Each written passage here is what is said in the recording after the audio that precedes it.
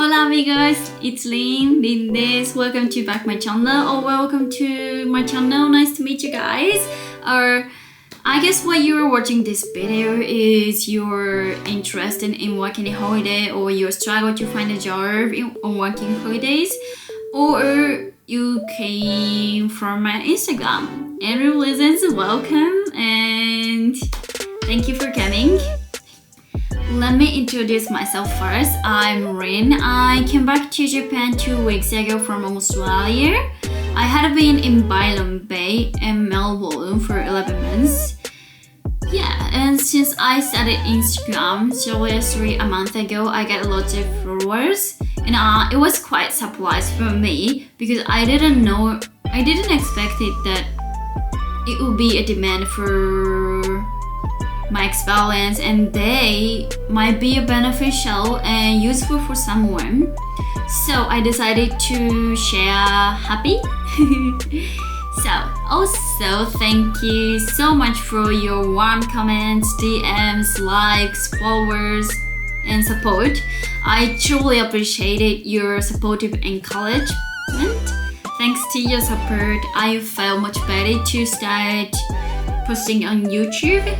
And I will be glad if this video can be helpful for someone, helpful to you. So yeah, let's start it. あとさ、1個言わせて。今日ね、眉毛の描く茶色いマミーにその茶色いやつを貸したら帰ってきてなくて、今日茶色がないの。本当になんか大丈夫そう眉毛。なんか芋ってる気がするけど気にしないで行こうこのまま行こう So on my YouTube channel I plan to speak in English as much as possible with Japanese subtitles. If there are any unnatural pronunciation phrase or I make a mistake, please feel free to comment, but kindly point them out in the comments please, and please feedback like the same warmth you would have while enjoying a cup of good warm tea. Like あったかい、ちょうどいいあったかさのお茶を飲むぐらいのなんか温かさと優しさでコメントしてくれたらすごい嬉しいです。So thank you and I appreciate your help. So let's go!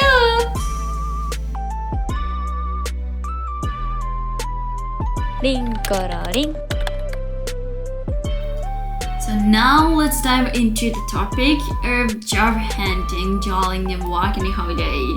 It was the most requested topic on Instagram and seems to be a high priority. So whether you are planning for a working holiday or currently searching for a job or simply curious about the process of finding a job, I hope this video will be helpful for everyone.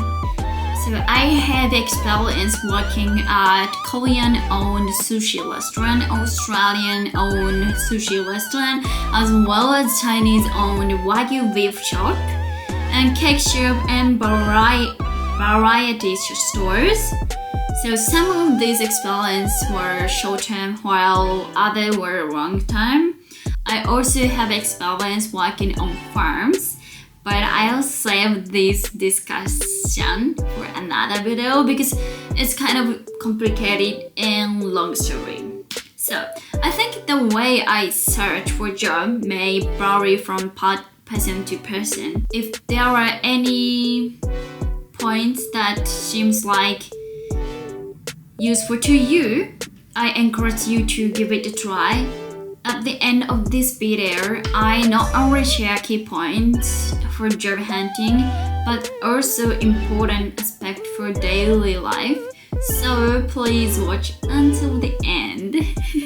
I divided it into 4 steps. 1. Use Google Maps and search. 2. Create your resume easily with key points. 3. Explore the neighborhood and hand out resume. 4. Phone calls and trials. So I will share them in order. So let's start first. First, when you start looking for a job, it's common to use job searching website or apply applications like Indeed or Nichgo. However, I personally use Google Maps for my search. For instance, if I want to work in restaurant, I would search for restaurant. If I was interested in cafes, I would search cafes. Like that. If I wanted to work clothes shop, I search clothes shop. And so on. And I could explore various types of them, such as izakaya, Japanese cuisine, Italian restaurants, and more. I could see reviews of stores with photos, details like the atmospheres, customers, opening and closing hours, and official website as well. From there, I picked out stores that seemed suitable for me and marked them on Google Map in a way that I could remember. I made my resume to shops that I found of step 1. I used Canva, ChatGPT, and DeepL for this. So Canva offers free templates like resume templates. I choose a simple and easy to read design, considering that most resumes are printed in black and white. Therefore, I didn't pay too much attention to colors. I made an English text with ChatGPT like I just put like in Japanese and put they change in English, and then double check if they are correct with DeepL. The essential things to include are name, date of birth, address, phone number, email, visa type, language skills, personality, education, background, and work history. And there are a few tips to make a resume. So, if your visa terms has more than 6 months, it might be helpful to emphasize your long-term available to work. However, if it's less than 6 months, omitting it might be better, as it could imply a shorter available work period, which might be a possibility of not being hired. Because imagine if there's some candidate, no one wants to hire a person who can only work short term. They prefer long-term available people. So check your visa expiring times, and if it's longer than 6 months, just put like when it's your expire date. If not, I don't recommend you not to write down it. And work history is particularly crucial. If you're aiming for a job at a cafe, mentioning your experience in cafe work is highly recommended, even if you have never done it before. Details about your experience in your country are generally unknown to employers, so you can be somewhat flexible with the duration and location of your previous work experiences. It's often beneficial to extend the duration slightly, or having experience in a similar role in Japan can make you seem like a professional or used to working in that industry. As long as the job isn't for a corporate position, I think it's okay to change your work experience a bit, not too much. So many people, including myself, have changed the duration and experience to some extent. For example, I wrote that I have experience working in a cafe even though I haven't actually done so. So let's create your resume to make yourself more attractive candidate for a job. But be careful editing too much information on your resume. I recommend adding some good information within common sense. So めっちゃみんな長さとか経験とかちょっちょっと盛りまくるけど、常識の範囲内であれば全然いいと思うし、このちょっと持った時になんか持ってじゃあ採用が決まりましたってなった時にちゃんとその持った分だけ自分が働けるっていうぐらい盛ればいいと思う。だから、自信だよね、あとはって感じです。Sadly, I enjoy working alone and exploring new places, so I handed out my resume during that time. I could do two things at the same time. So handling it personally is important as it allows me to convey my character and enthusiasm through direct interaction. So also it enabled me to check the atmosphere, the job, and what kind of people are working there. I think it is important to know them before working so that you do not feel uncomfortable after that or you realize later it's not what I expected. And what I encourage you doing when you drop your resume are keep smiling and talk to the manager directly. I will give a demonstration to share some phrases that I used. So when you go to in the store, say hi, how are you? And hi, how are you? What can I help you? And oh, I'm just wondering if you are hiring at the moment. Oh, sorry, we are not hiring now. Oh, okay. Do you think you're going to hire someone in the future? If so, can I leave my resume and your resume? Or another type is you go to the stores. Hi, how are you? Hi, how are you? What can I help you? Oh, I'm just wondering if you are hiring now. Oh yes, do you have your resume? Yes, here we go. And is there a manager here today? I would like to talk with manager directly if it's possible. Okay, I'll call him.